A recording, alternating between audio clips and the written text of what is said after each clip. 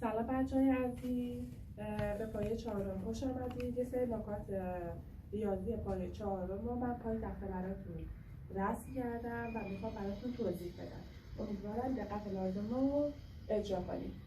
الگو ما تعریف از الگو میخوایم ببینیم الگو چی هست.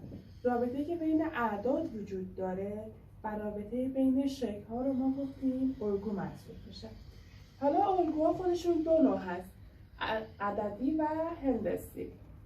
الگوهای عددی مثل 10، 20، 30، 40 یعنی یه سری اعداد هستن که ما بینشون رابطه بین اعداد رو میخوایم به دست بیاریم. میبینیم 10 شده 20. چطور شده 20؟ جمع شده، ضرب شده، منها شده یا تقسیم شده. میبینیم که جمع شده 10 به اضافه 10 20 به اضافه 10 30.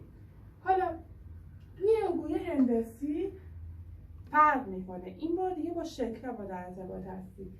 یعنی شکل اول یه دونه است، شکل دوم 2 تا شده و شکل سوم 4 تا شده. میخوام ببینیم رابطه‌ای که بین این شکل‌ها وجود داره چیه. رابطه اون عددی که زیر فلشه نوشته میشه. 1 شده 2، 1 به اضافه چند شده 2.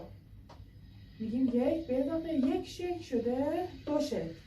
2 به اضافه 2 تا شکل شده 4 تا. 4 به اضافه 3 شده چند؟ 7. حالا ارزش مکانی رو میخوایم ببینیم چیه.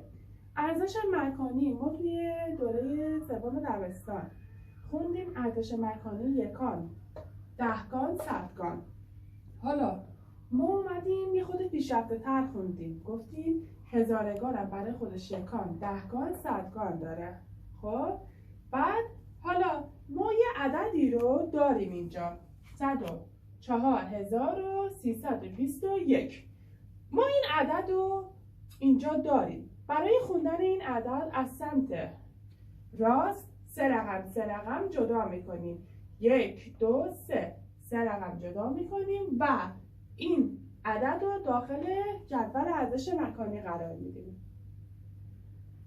به ترتیب 1 2 3 4 و 0 و 1 به ترتیب گذاشتیم.